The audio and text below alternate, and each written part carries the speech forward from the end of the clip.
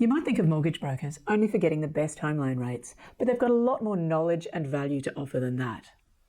Loans for construction and renovation are definitely not one size fits all.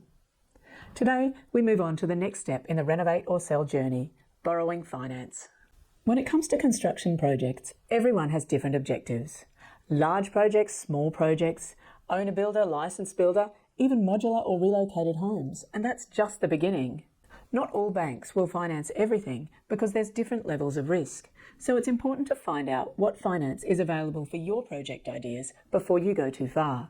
I'll be talking to highly respected mortgage broker Richard Jefferies from Newbridge Home Loans in Brisbane.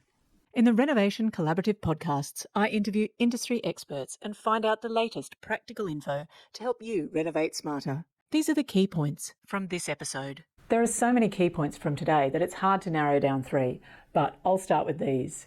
There are a number of loan types that can be accessed depending on your personal financial situation and your construction project specifics. Also, depending on your situation, you may be able to access finance for the design stage consultants as well as the construction. As a basic guide, the standard loan types are a construction loan, which is for projects over about $150,000, where you've got a licensed builder and the payments are made over the standard stages in a construction contract. The alternative is smaller renovation loans for more cosmetic work under about the $100,000 mark. This is for bathrooms, kitchens, that sort of thing, where you don't necessarily have to have a licensed builder. You can manage the process yourself, and the amount of money will be paid out in a lump sum.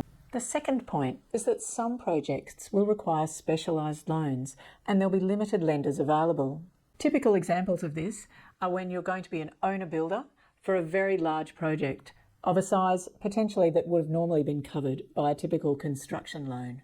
Also, if you're looking for finance for a relocated home, modular home, prefabricated home, things like that. The reason that these types of loans are specialised is because they're not very appealing to banks because there's a lot more risk involved. And the third point, if you need finance, it's essential to get in touch with a mortgage broker at 3 key stages. The first stage is the very initial discussion before you've started any design.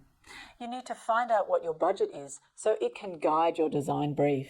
The next stage is pre-approval finance, when you've got some draft floor plans and you've got more of an idea of what you want to do. Be aware that pre-approval finance is only valid for 90 days.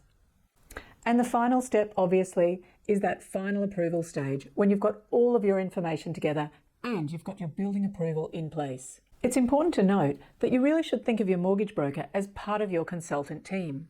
You need to keep them up to date as the project progresses and make sure they're aware of any budget changes that may affect the amount of money that you need to borrow. Next week, you'll find out what's happening with home loans in 2024 and 2025. I'll be talking again to Richard Jefferies from Newbridge Home Loans. Looking for more information on design, construction, costs, or environment?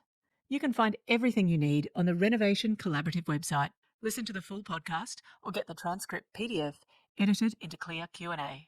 If you're short on time, sign up for the weekly wrap newsletter and get the concise podcast summary delivered straight to your inbox.